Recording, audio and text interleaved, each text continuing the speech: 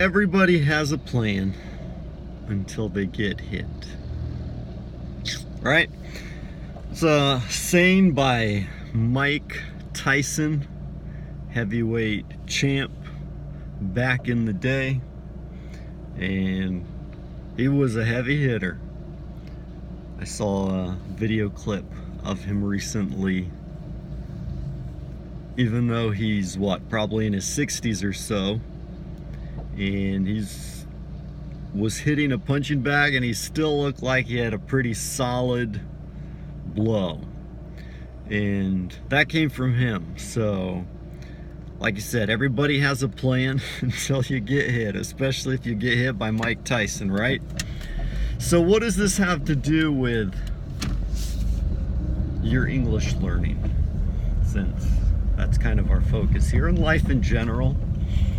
You know, everybody makes plans, sit down, decide what they're gonna do. Well, most do, I suppose. Not everyone does. A lot of English students don't even make a plan, right? They just say, my friends are learning English, I'm gonna learn English. Ask around, find a school their friends are going to and start studying, do lesson 1, 2, 3. And then when they realize they have to invest time studying and practicing and the rubber meets the road, then they get frustrated and give up, right? So you could almost consider that kind of like your hit, where you take what you're learning and you have to practice it. Because if you don't practice, obviously, you know, it's not going to do you a lot of good. And practice is important for developing your skills, of course. And a lot of people are afraid of speaking, embarrassed of making a mistake. So for various reasons, they don't even practice, you know? So when those moments come and you get hit, that's where people see if you're really serious about your goals or if it was just, you know, a wish. Kind of like what Seth Godin talks about, the dip. And I think I mentioned in a previous video, some universities even have courses that are specifically designed to force the students who aren't serious to give up.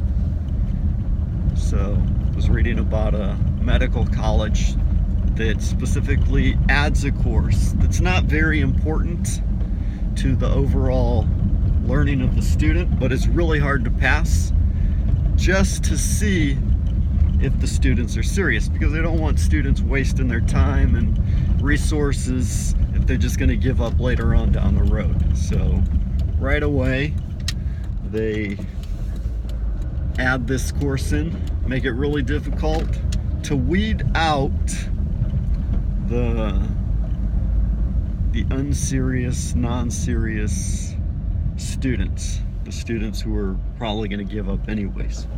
So in a good way, for those of you who are serious, it's a way to eliminate your competition, right? But if you are serious, dedicated, you have your plan, you've got a goal, you're striving for it, and you know, you create your plan, you start moving towards your goal, there's going to be a point where you get hit.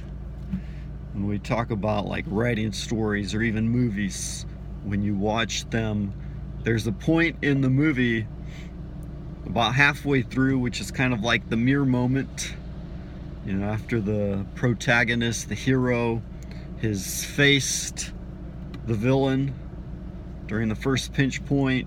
He realizes that everything's not fun and games like it has been up to this point, and he hits the point of no return. It's like, is he persistent, focused, dedicated? Is he going to persist and see his goal through to the end? Or is he going to back down and give up? So that's kind of the hit, you know? It's usually in a movie. If you watch, I've been paying attention recently when I watch movies to the timeline. So usually, depending how long the movie is, if it's a 90-minute movie, the first 10% would be about 9 minutes. If it's a 2-hour movie, 120 minutes, it'll be like around the 12-minute point. There's usually an opportunity, something presents itself. It could be that usually the protagonist has a want, something that he desires. Maybe he gets it, but realizes as he goes along that it's not what he needs. So the story continues, some kind of opportunity presents itself. He hits the 25% point mark, about 30 minutes, 30 minutes into the movie, where there's a change of plans. He was going one way and now he's got to, turn and go another way. And that's about the time where he meets his mentor, the guardian, he meets the girl, whatever it is that is going to help him along his way. And then he starts developing his powers and things are fun. He's, learning how to use his powers or go on his quest or whatever his objective is.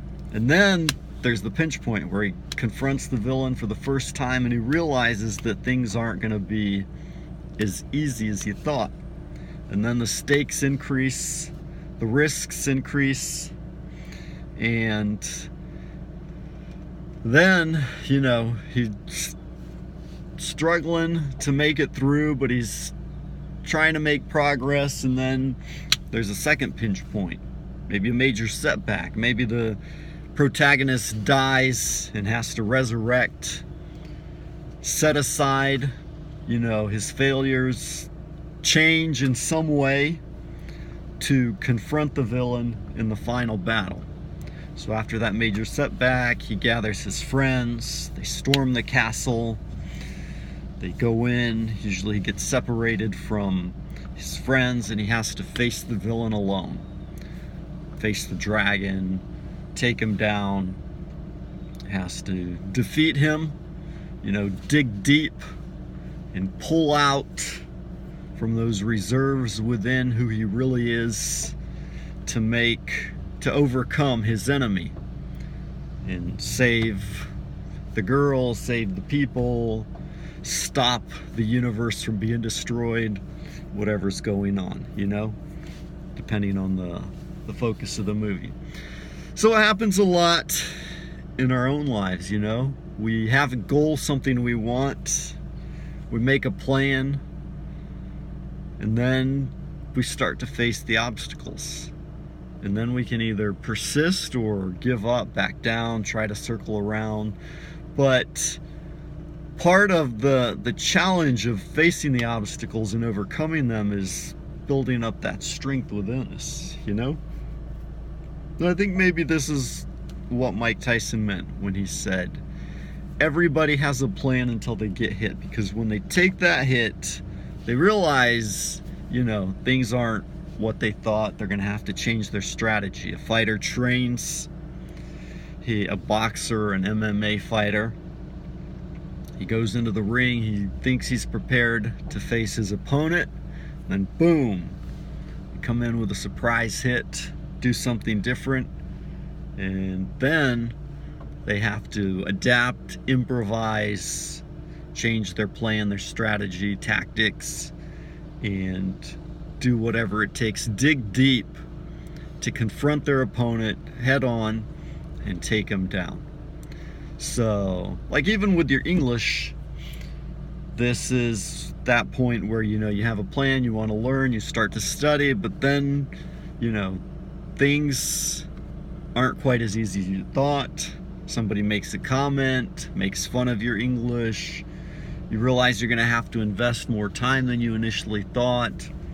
Something happens where you have to decide whether to continue on and persist in your goal of becoming a maven, developing fluency, because it's a process, stages of going from 0 to A1, level A1 to A2, A2 to B1, reaching the intermediate level, then B1 to B2, and each stage gets a little bit more difficult, harder, more challenging, and takes longer to reach the next level. Like going from 0 to A1 might take you maybe 100 hours of study time. To go from A1 to A2 might take you 200 hours or so, an average based on the Common European Framework reference and different statistics that are out there. Obviously, it depends a lot on each person, but that way you kind of have an idea, you know. But once you get to like level C1 to go to level C2, then that takes a lot more study time, just because the stakes are increased, right? The stakes are higher, it becomes harder, you have to do more and work harder to accomplish your goals. So the objective of all of this isn't to, you know, make you feel down or frustrated, but to motivate you that even in spite of the difficulties and challenges, if you confront them, face them, and overcome them, and continue to persist and progress, you'll reach your goal. So I think even in my own life, as I look back at times, I can see where certain obstacles came up and I took the easy way around, and then of course you aren't strong enough to face the next challenge. So I'm not going to say you necessarily have to go back and face that challenge again, but a lot of times when you try to take the easy way out, you realize you're not prepared for the next challenge that life throws at you, and eventually you've just got to take the plunge, face that obstacle. Like Ryan Holiday says, the obstacle is the way, right? From Marcus Aurelius, where the challenge is part of the journey. So don't be afraid to face the challenges, don't be afraid of the difficulties, but also don't just relax, settle down, and wait for something to happen. You know, take action, have your purpose, a definite purpose, know where you are, take a level test, discover your level, know your objective, why you want to learn English, where you want to go, create your action plan to get it. But that is just the 10%, right? Having your action plan is nice, but then you have to implement it. And the implementation, the daily grind, adding your daily praxis, that's where the rubber meets the road. That's where you take the hits, and that's where you have to adapt your plan as you go. It's nice, it's pretty. You sit down late at night, you make your little plan, your to-do list for the next day, and then you wake up and boom, right? The emergencies come up, urgent things. You've got to start running around, putting out fires, instead of focusing on the important things in your life. So that was something interesting for me. I heard someone say that the average person, even though they go to work for 8 hours, only actually does the equivalent of about 2 hours of real work per day. So if you can sit down the first 2 hours and focus on your main priority, your main task, whatever it is you want to do, and then the rest of the day, come what may, you know, even if you get more stuff done, great. But if not, try not to worry about the urgent things during those first 2 hours. Focus on what's important, see that through, and then let the rest of the day happen as it comes. All right, so I'm gonna go in, I'm gonna start working, put my 2 hours in, creating more English courses for you. I'm excited. Hope you have a good day, and I'll see you around in the soon and upcoming videos. Bye-bye.